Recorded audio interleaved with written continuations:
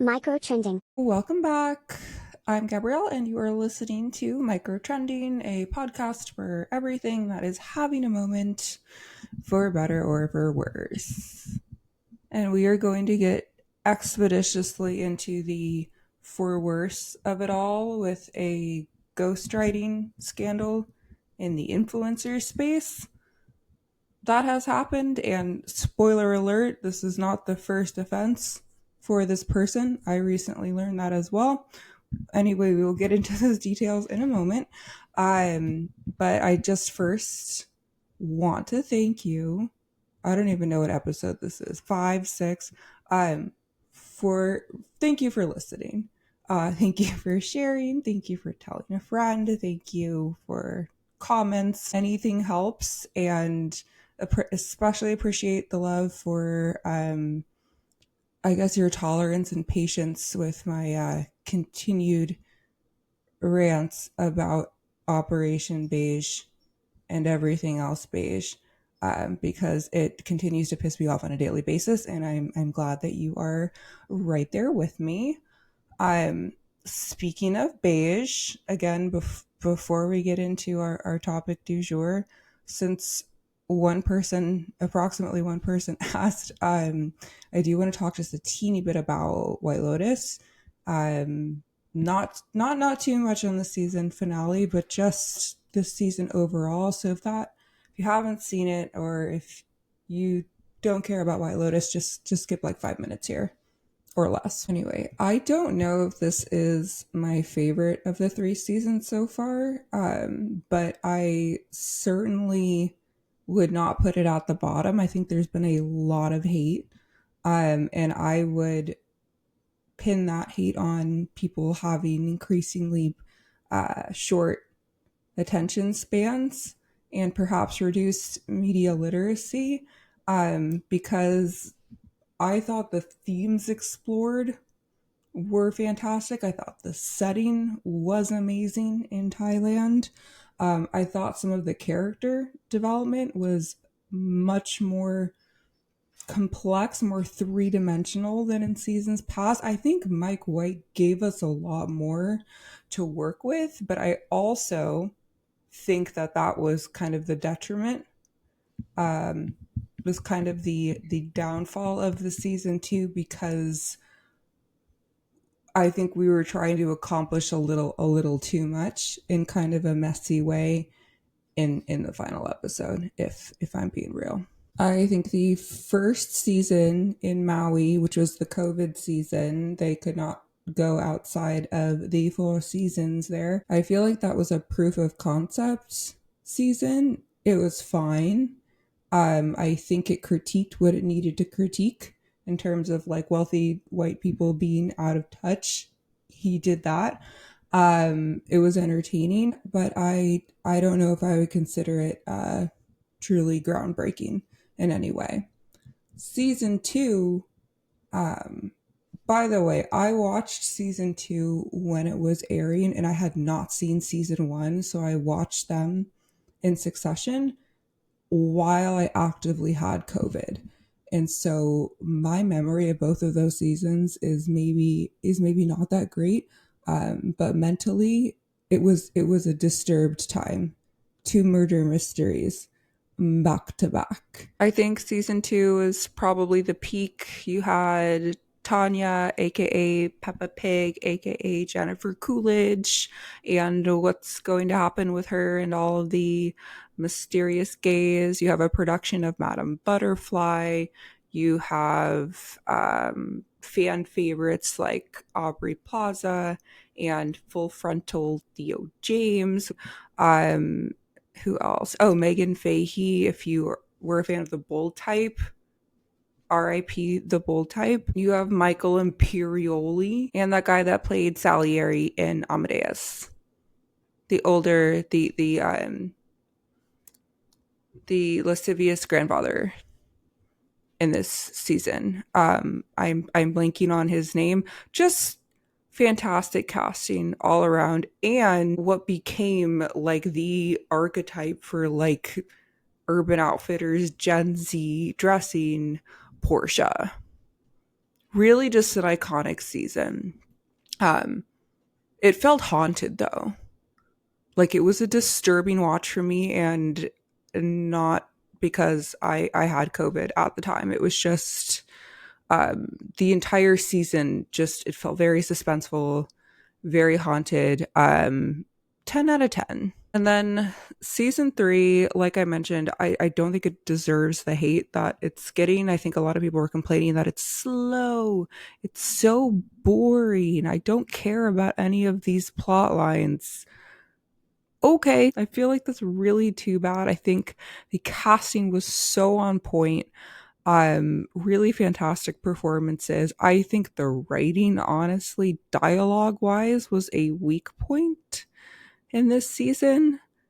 I think Mike White has a knack for plot twists. Dialogue, I feel like, is pretty hit or miss. I think there are some characters this season that kind of felt like they got the short end of the stick, dialogue wise, including Belinda and Zion, and the 3 female friends on the vacation, Jacqueline, Kate, and Lori. I know everyone loved Lori's speech at the end, and I did think that the content was moving itself, but it did feel to me like a little unearned. Not necessarily by the character, and Carrie Coon is phenomenal. Amazing performance, but it did feel, I thought she was joking when she was first starting her little speech there. I thought she was just saying that to like bury the hatchet, and then I realized that she wasn't kidding, she was serious, and I just felt like we didn't quite get there. I feel the same way about America Ferrera's speech in the Barbie movie. It's like the content is important, it is moving emotionally, but I just don't know if we really earned that at that moment. So that was like one gripe I had with the finale. And I guess in case you haven't seen it, I won't reveal it, but there is a paternity reveal at the end that was delivered so unceremoniously, so offhanded. It just like felt very sloppy. I don't know.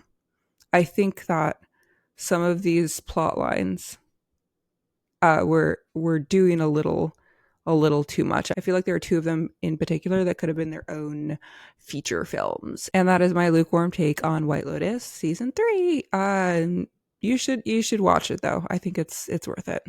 Microtrending. Now, as promised, let's dig into this mysterious ghostwriting debacle. The Cut recently covered this, so if they're over it, I'm super late. But I just want to share my thoughts because I'm familiar, not personally, like on a personal level, but I'm very familiar with the person, the public figure who is under fire here, and I have a lot of thoughts on their behavior over the years. But I do want to preface this just with a few things, just to be safe. Number 1, I will be indulging in a little hateration, a little warranted critique, and it might seem aimed at this particular person.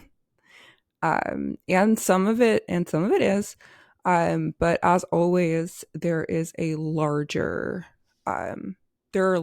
issues that this is symptomatic. There are larger issues, I guess, just in terms of media and like what gets published. Some things that deserve more heat than this individual. I saw this Twitter exchange recently on a related note, and it really touched me. The original post said, being an emotionally intelligent person comes with not being able to fully hate someone. And then the response said, skill issue. Emotional intelligence allows me to hate with surgical precision. And I think both of those are beautiful. I would argue, though, that the real emotional intelligence is knowing when to wield that surgical precision of hating for good. And so here we are. Preface number 2. Some of the nuance in this influencer controversy involves sexual identity and representation. And while I have many queer friends that I adore that have been in my life for a very long time, while I have countless LGBTQIA plus individuals that I look up to, creators, comedians, music artists, so many people that I respect a lot. As a cis heterosexual woman, I will have a take on this controversy, but my take is not the take to listen to. I would say I have, some educated critique on it. I have the emotional intelligence that I just referenced, but I can't guarantee to you that I have like the pitch perfect take on that. And not that anyone should, but I feel like I need to say that because there are people who are responding to this online in a way that is more personal to them and in a way that is more important than what I am yapping about on here today. So anyway, if I'm off base with anything here, I do welcome critique. You can let me know. So let's get into it. The hot topic is that an influencer named Tinks, or Christina Najjar, used a ghostwriter for her spicy summer novel, Hotter in the Hamptons. I don't know when it comes out, but people are still getting advance copies of it, and so there are reviews. There's plenty you can read about already before it's released. But this novel, it is fiction, centers around a same-sex romance that appears to be very autobiographical. If you are familiar with this creator at all, until you remember that Tinks is a straight woman and that this is another money-making venture for her, and one that has been made possible by that ghostwriter in question, who is queer and who has lent her perspective, her knowledge, and her writing to this process. And I know what a ghostwriter is, right? We're all aware they're getting paid to do this, but you just need that context, right? Also, her name is Gabrielle. Gabrielle Corin with a K. So justice for Gabrielle is trying to make a living out here actually writing our words. If you are a Gabrielle and this is your case too, I see you. Anyway, you might ask, what is the big deal? Using a ghostwriter. Influencers and public figures use ghostwriters all the time. They're busy people. They are too busy texting in the corner of a brand event they were obligated to attend to put pen to paper or fingers to keyboard. Why would we expect anything more from them? And in general, I think that is maybe a fair call out. Even though I would personally love to know, any influencer who's deciding to write, I would love to know their real voice and writing abilities. Since an editor is always going to be in the mix regardless. But I know that's not realistic. But this is a unique case because in this case, you have someone, Tinks, who graduated from Stanford with an English degree, which means as much as you want that to mean. Honestly, I can't defend some of these higher institutions as being the be all end all beacons of academic excellence. You could be a strong writer coming out of schools with much less clout than Stanford. But she also, and she has freely talked about this, she also was a freelance writer for some online publications after graduating. I think it was like Pop Sugar or something. But all that aside, most importantly, the issue, the answer to what's the big deal is that she denies using a ghostwriter despite the alleged mounting evidence. She's like publicly on another podcast, not her own. Oh, on her own too. She's talked about why she wrote the book, how she wrote the book, but she has just flat out denied using a ghostwriter. And since this news broke, I think it was uncovered by a TikToker named Maltox at Maaltoks. I will double check and mention her again at the end here. But since this news broke on TikTok and then on Reddit, Tinks has since acknowledged now that she had a close collaborator, since she is, quote, in her words, not a lesbian. And so she doesn't share that experience. So of course she needed guidance. What else do you think she would do?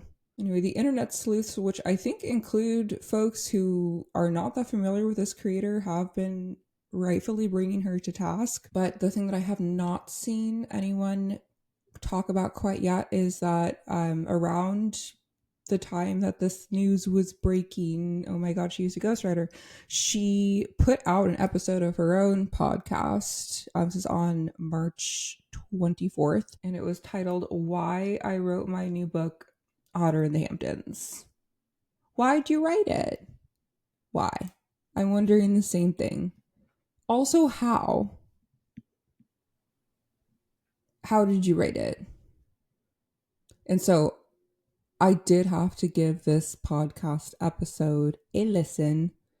I did not make it all the way through. I also, just full transparency, for the purpose of this recording, I tried to secure one of those like advanced copies where you can read in exchange for a review. I would be happy to give a thoughtful critique, a thoughtful review of this soon-to-be best-selling novel.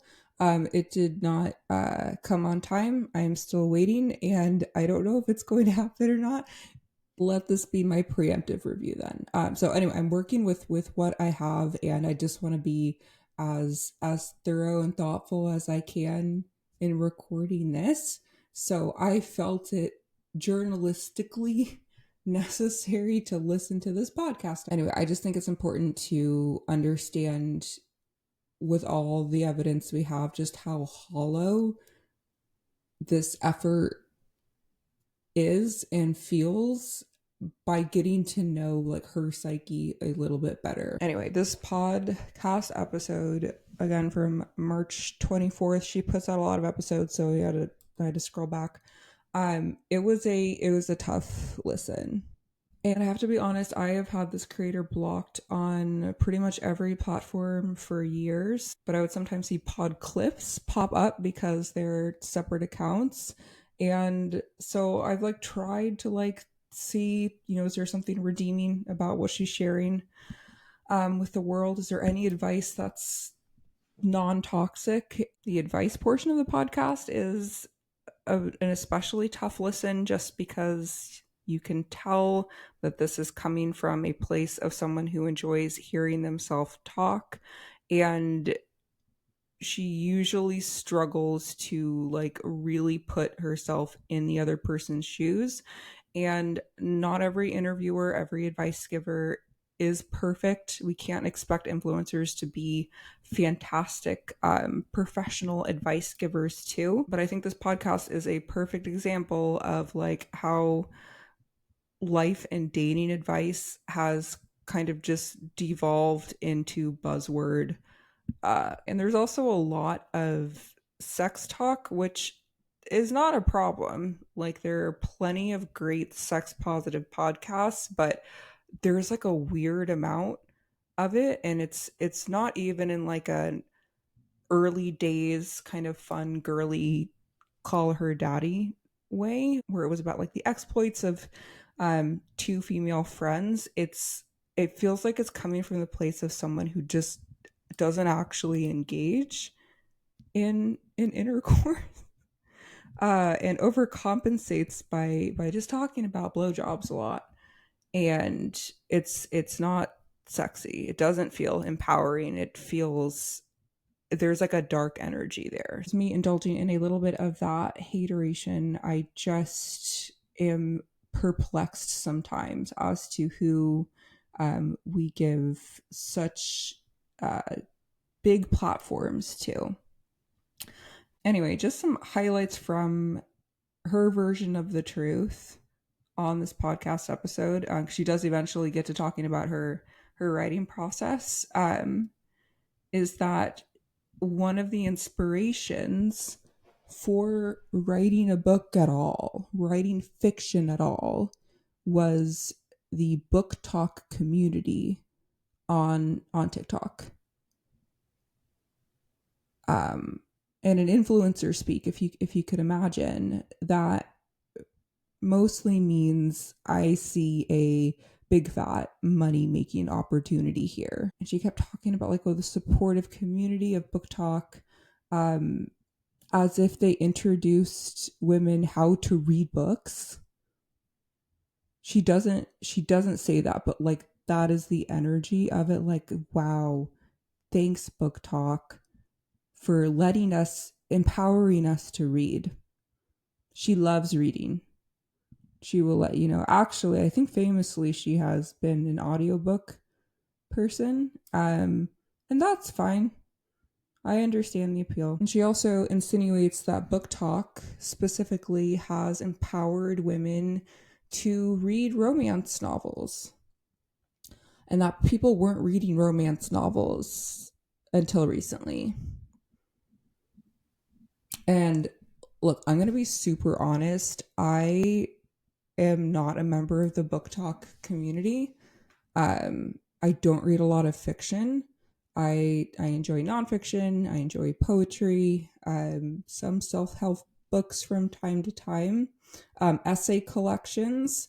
So a lot of the stuff that's on book talk, especially like fantasy novels, is not stuff that like I would gravitate toward. But as a fellow English and creative writing major and someone who enjoys reading and writing, period, if you are unfamiliar with the culture of bodice ripper baddies, with romance book culture that has been, I don't even know when it began. This is ancient shit.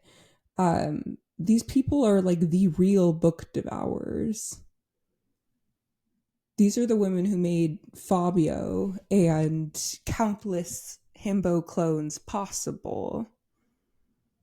If you're not familiar with that, you have been outside the club and you are not going to get in with any follower count. I'm so sorry. It was just very bizarre to hear somebody speaking about books as if she just discovered them. And I say this as someone who could stand to read a little bit more myself. The other point of inspiration and something that she mentioned, and again, this is all context for the book itself, is that she really appreciates a complex female character. She keeps using the word complex or complex female character. And in the ways that she's using it, you can tell that it means a woman who's also an asshole. Because she's using it in defense of her protagonist, who she has made some hints might be someone quite like herself. And her reference points also for a complex female character is fucking Carrie from Sex and the City. perhaps one of the more hateable television characters of all time. And just the show Girls on HBO. The complex female character is a 30-something white woman in New York City. That's where we're starting out here. Then I was waiting to hear anything about like the writing process. And she did talk about just, the idea genesis of it all. And when she starts talking about like putting it all together as this idea for her novel, she describes it as something that she needed to like physically get out of her body, which from a creative standpoint, I understand, I can relate to that feeling, but she described it as needing to birth it out of her body, to give birth to it. And I just find that hilarious because we now know that she used a surrogate. And no shade at all to surrogates. I know there's been some shade out there recently. Leave them alone. It's a story that was stuck inside her body and she needed to get it out. And if you are familiar with her past controversy, then this makes sense. So let's take a read. Let's take a look at the book synopsis. Enough context. We've gotten to know the character of this person a little bit. This is straight from Goodreads, goodreads.com. The book, again, is Hotter in the Hamptons. You can ignore the Chelsea Handler endorsement up there. Take it or leave it. But anyway, here we go. Travel to the heart of the Hamptons in an irresistible summer fling from New York Times bestselling author Tinks. She did publish an advice book a couple years ago called The Shift. They say write what you know, and this was maybe another miss there. And it was recently revealed that she did also use a ghostwriter for that book, which makes a little bit more sense for nonfiction. But the secret's out. Anyway, as New York City's fashion it girl, Lola has been living her dream. But when her career comes to a screeching halt after a very public snafu, everything Lola has worked for, her loyal following, her designer closet, her perfect boyfriend, starts to go up in flames. If you're not familiar, in 2022, Tinks was minorly canceled due to past tweets that came to light.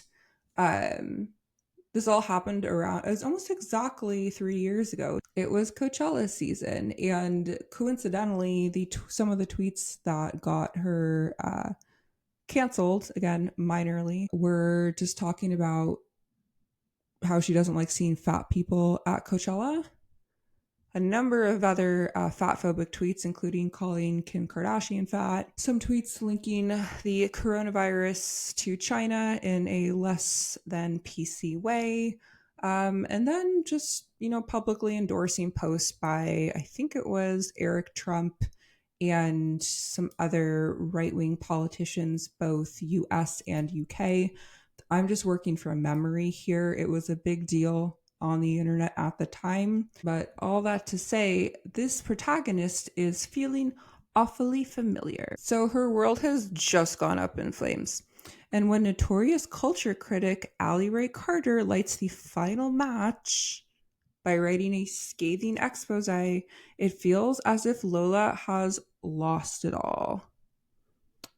She lost her followers and her clothes somehow.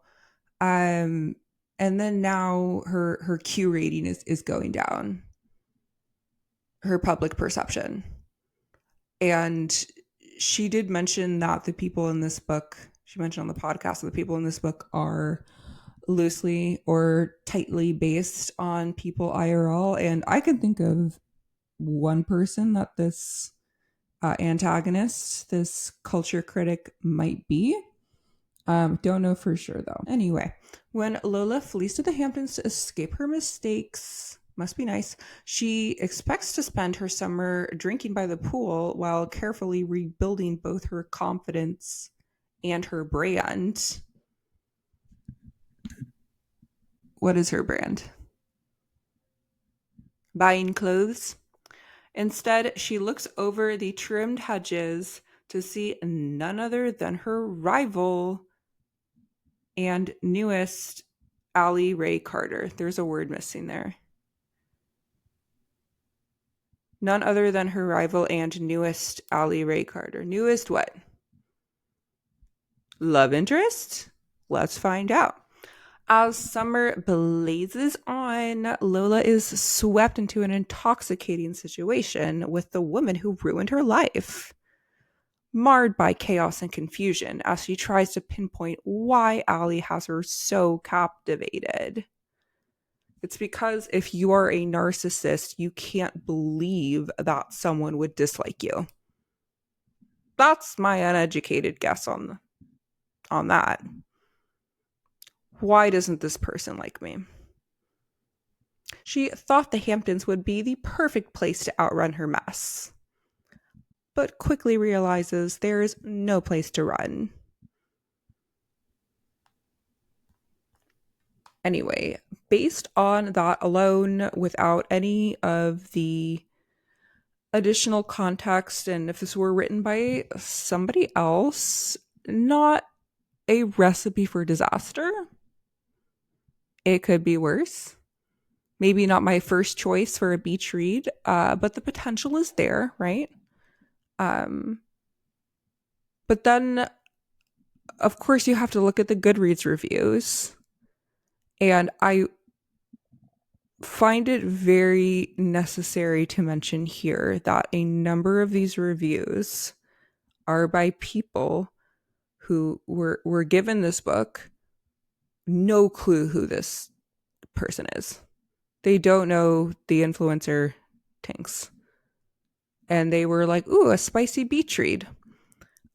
So perhaps now they've learned a bit more and have perhaps heard about the ghostwriting situation. But this isn't just like a bunch of like pile-on reviews by people who are out to get her. These are real, hardworking book reviewers. So you can look up these Goodreads reviews at your leisure if this is interesting at all to you, since it is, the controversy of the moment. But I do want to read a few snippets, anonymously, obviously, to just like illustrate what the issues are at hand and what to expect if you choose to do something similar. By just putting out a book without thinking it through first. I've sorted them by newest first, so let's read a brand new review. I was really looking forward to this book after a cute cover and the synopsis sounding like a version of Gossip Girl. Fair. Unfortunately, the writing was choppy, and knowing the author is a straight person writing about a queer person's struggles was really painful when queer voices are already being quieted. We're off to a strong start. Hotter in the Hamptons by Tinks left much to be desired. By the way, that first review is 1 star. This is another 1-star review. This is not sorted by ascending number of stars. This is simply sorted by newest reviews first. Hotter in the Hamptons by Tinks left much to be desired, despite its promise of a fun summer romance wrapped in a glamorous Hampton setting. The execution fell flat. The characters were unfortunately one-dimensional and lacked the depth needed to truly engage the reader. I found myself struggling to connect with the protagonist, whose decisions often felt unrealistic and frustrating. She's a complex female character. You should try harder to connect with her. Additionally, the plot meandered without a clear direction, filled with cliches that made the storyline predictable. That is something that I also read about in a few of these different reviews, just that the queer characters specifically were super stereotype driven, which I could see perhaps being an issue for like a newer writer. But if you have these generous resources at your disposal, like I feel like you could maybe do a little bit better there. This person left a 3-star review, saying this is the first book I have read by Tinks. It's her first novel and perhaps her last. I was not sure how I would like the plot of this book, as I am not a fan of influencer culture, but this plot was enjoyable. The book did address some cultural issues. I did have some issues with the main character and did find her unlikable multiple times while reading the book. Again, get to know a complex female character and try again. The book is pretty fast paced and I did read it in one day. So there's a plus. If you're looking for a quick read, maybe check this one out. This person says Lola. This other reviewer, this 2-star review, said Lola was a lot. That's the protagonist. She's complex. I was hoping for a fun, messy but charming protagonist, but instead she came off as shallow and self-absorbed, making it hard to root for her.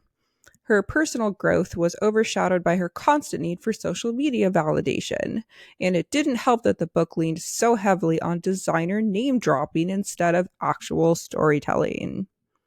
There was a day, I swear, when I knew more about the sunglasses everyone wore than their personalities. That sounds like fun. And then they also reference some other stereotypes and just other bizarre writing choices. A quote from this review, and don't even begin with the reference to not being able to dive elegantly with large breasts. Come on. I wouldn't know.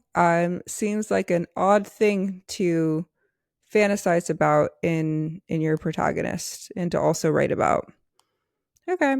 Another 1-star review here. I was initially intrigued by the premise of this book, particularly the influencer situation. However, as the story unfolded, I found myself increasingly frustrated, especially with how LGBTQIA+ themes were handled.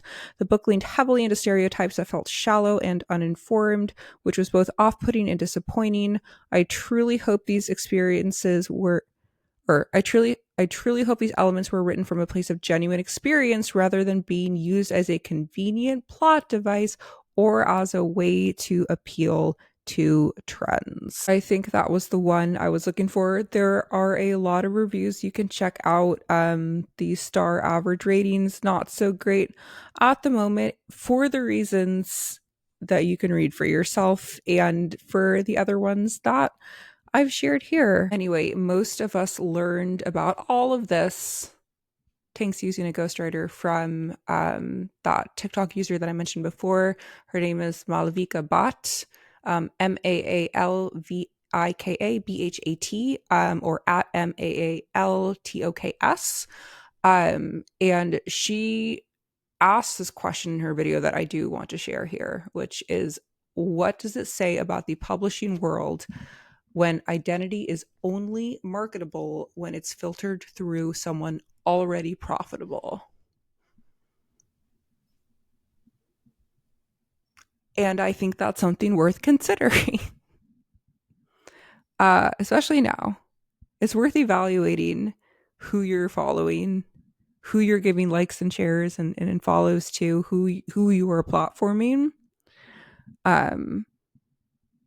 Yeah. And if you're a fan of Tinks, I'm not here to change your mind. I invite you to consider that your fave might have made a misstep here. And also the writing's not great. I read some of the other stuff. So if you don't care, that's fine. But there are influencers out there who are just doing their thing and like shilling their Amazon hauls, killing the environment. That's always going to be a problem. But I think just as someone who works in like a creative space, my extremely lukewarm, perhaps a little hot take here is that if you are creating art like fiction, and you're not in it for the love of the game, if you're cosplaying, being creative for a cash benefit, you are taking up space. If you're when your platform is that large, you have no choice but to take up space in a bad way. It's stolen valor. It is unearned, even if you're paying your ghostwriter. And no amount of followers is going to make you the great American novelist. I'm so sorry. Would it be better if she used ChatGPT? No. The point is that she used a marginalized identity either way to sell a spicy, poorly written summer novel that ultimately, because of her name slapped on the front, is going to end up making her a bunch of money. It doesn't, I hate to say, it doesn't really matter how she went about it, because the intent is entirely self-serving. Anyway, I would love to know what you think about all this, especially if you were familiar with the influencer in question. I've had takes on her other stuff throughout the years, and I just am not surprised, I would say. But anyway, would love to know your thoughts. Microtrending. Last up, I am going to try something new here and share some micro takes with you. Some quick opinions on pop culture news items. And the first is that Bon Iver, the music artist, is releasing a smoked salmon product in a collab with Fishwife, the tinned fish company, the ones who like went on Shark Tank and were like hot girls eat tinned fish. If you remember that, if you saw that. Anyway, Bon Iver's in the smoked fish game, and the packaging is, if you care, I know you've been wondering, it's the packaging is millennial salmon pink. And whatever you think about this collab, and if you're a fan of Bon Iver or not, my complaint is that salmon is not a sad enough fish for this collaboration. I am inspired by salmon swimming upstream. Bon Iver's music inspires me to overdose in a cabin.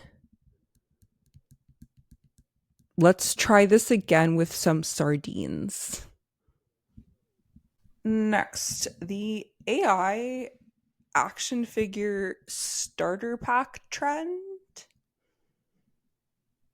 If you haven't seen it, it's these like 3D AI versions of yourself or whoever as like a little action figure with starter pack style items. Little things that are so you. Like, wow, that's so you. Or really that's so that brand, because I've seen more brands doing this than anything else. Not unlike using threads. It's kind of like the threads of AI trends, which makes all of this like so much more embarrassing.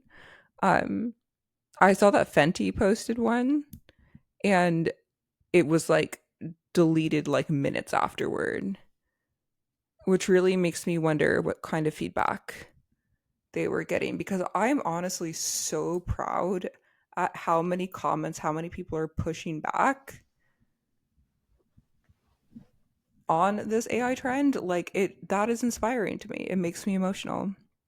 Um, but I will say that the one thing that is more embarrassing than participating in this AI trend or others is being the person in the comments asking, is this AI? Is this real? Where can I buy this? especially the where can I buy this, because you're going to get a bullshit answer from their community manager about like, oh, maybe someday, or we're working on it, but for now, let's just enjoy this really cool AI rendering that we made our creative team put together with a prompt. On the whole, they look like shit. I'm so sorry. Last, I saw a TikTok a few days ago that revealed that the performers, the men of the Blue Men group, are not actually blue. And some of them are even conventionally attractive. Uh, and very few of them are bald. And so, as pleasantly surprised as I think we all are, as I was to see that, I would really like to put that cat back into the bag. We need to put it back. There are some things that we are just not supposed to see. I don't think I'm supposed to see the blue men not blue. However, based on the information in front of me on my For You page, I would watch an America's Next Top Model style reality show to find the next top blue man. That feels like a recession indicator type of show, and that's exactly the type of recession indicator show that I would watch. Let's make that happen.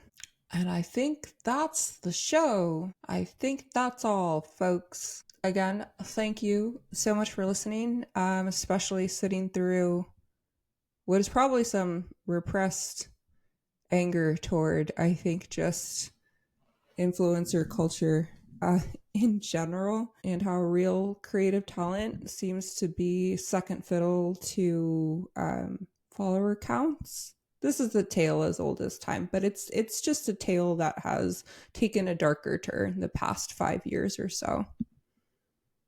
When you have people who won the algorithm lottery in 2020, because that's exactly what was happening. People got very lucky in that year specifically, that we are still rewarding them with opportunities that they candidly just don't deserve. Again, would love to hear your thoughts. And as always, if you have another trend you would like me to dissect on here, you can send an email to saltlacroix@gmail.com, saltcroix@gmail.com, or you can DM me. Just indicate that it is for microtrending. Oh, this has been fun. Thanks for listening. Support real authors and ghostwriters, and I will see you next week. Microtrending.